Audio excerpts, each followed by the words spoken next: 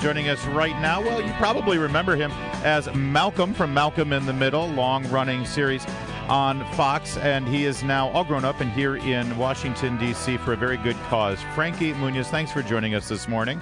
Thank you so much for having me on. I saw you there on Fox News at the Capitol Rotunda. What is Malcolm doing in the middle of the Capitol building? Tell me what the cause is.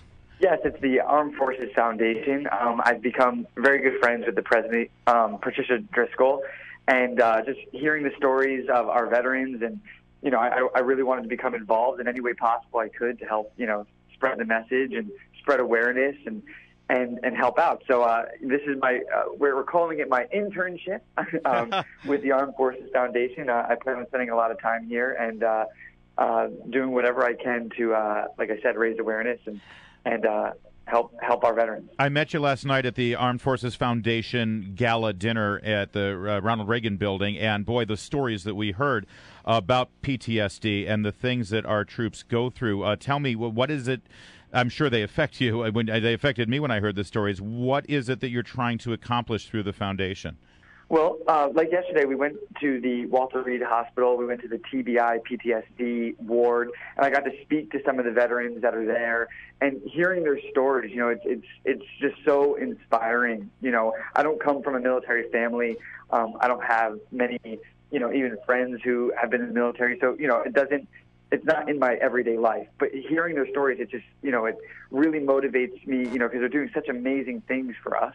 As in our country, and we need to make sure they are well taken care of when they get back. Obviously everyone knows and can see the physical injuries of war, but we're finding out about the mental, the traumatic brain injuries, the PTSD, and it is such an important thing, and trying to figure out a way to help the families, because when they come home, that's really who has to take care of them. The families, and sometimes it's really tough because you don't know what they're going through, the veterans, when they come back.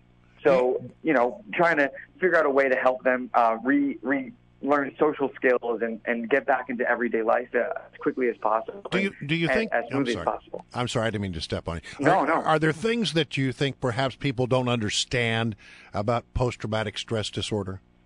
Well, absolutely. I mean, just even speaking with the doctors over at the ward yesterday, I learned so much that I had no idea what they were going through.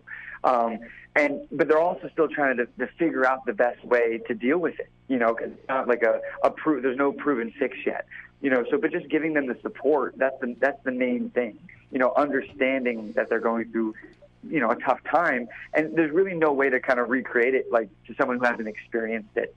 But that's just kind of the thing, to get the message across, even just to the veterans who come back, who maybe are afraid to admit the fact that maybe they have PTSD, or they have maybe a traumatic brain injury that is causing, something, depression, whatever it may be. But that it's okay to to come forward, like the story we heard yesterday at the gala of Bobby Gray and his wife Kia.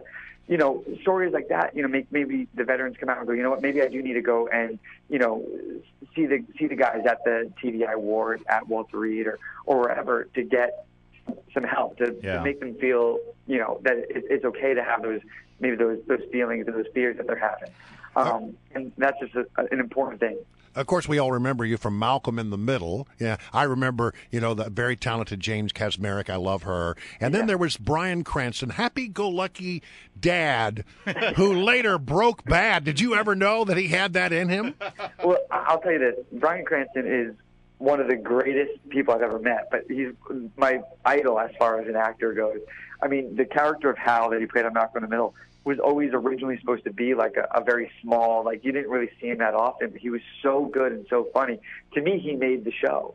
And then obviously with going to the complete other extreme of Breaking Bad, he's an incredible actor. There was no indication that he would become a crystal meth lord?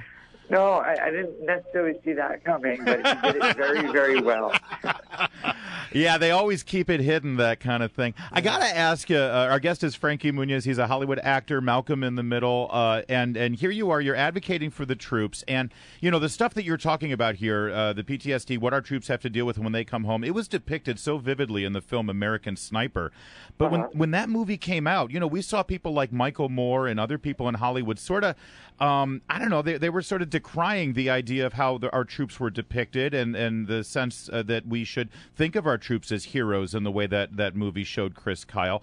And as an actor, I got to think, do you care about Michael Moore, that what he might think of you? You know, do you find yourself sometimes not marching to the same beat as many people in Hollywood, if you get my drift? Oh, I definitely am, I think, a rarity in Hollywood as far as that I don't just march to that same beat. You know, march to the left is what I'm trying to say. And that's what I'm saying as well. Well, to put it another way, is Muniz in the middle, or is he to the left or the right? I'm definitely to the right. I don't talk about it that often, you know, because I'm just an actor. You know what I mean? Like, I have the feeling that I don't, you know, when I hear, you know, mostly it's, you know, actors or, you know, celebrities, you know, talking about a cause or whatever it may be, you know, they're just an actor, you know, so like I don't know why they all of a sudden have like their opinion matters so much, you know what I mean? So I'm doing what I do best, you know, I'm an actor, I'm enjoying my life, but, you know, I'm very, me personally, like I love, you know, politics, I love Washington, I love this country, you know what I mean? And, you know, I want to contribute any way possible. So, you know, this is the first step, you know, working with the Armed Forces Foundation to hopefully a lot of time we'll be spending in Washington in the future and you know, look for some maybe some bigger announcements to come in the future. Really? Well, so now listen. That was an enticing tease. I like that. Well, listen, when you're back in D.C., we'll want to have you in studio. Yeah, come into studio. Sure. Because, you know, I mean, now that you've sort of revealed that you lean to the right politically on a lot of issues, you revealed to me last night that you are a huge fan of Fox News. So do you think that you're sort of, do you consider yourself kind of a amateur pundit on these issues? I don't know. I don't know. I'm sure. I feel like I know a lot, but just I started when I moved. I left Los Angeles in 2008. I moved to Arizona, and I was literally bored. Before that, I never really thought, you know, either way politically. I didn't grow up in a family that leaned one way or the other or pushed one thing or the other. But I started just reading everything I could and trying to learn as much as I could, and you know, I ended up where I am based on what I thought just made sense.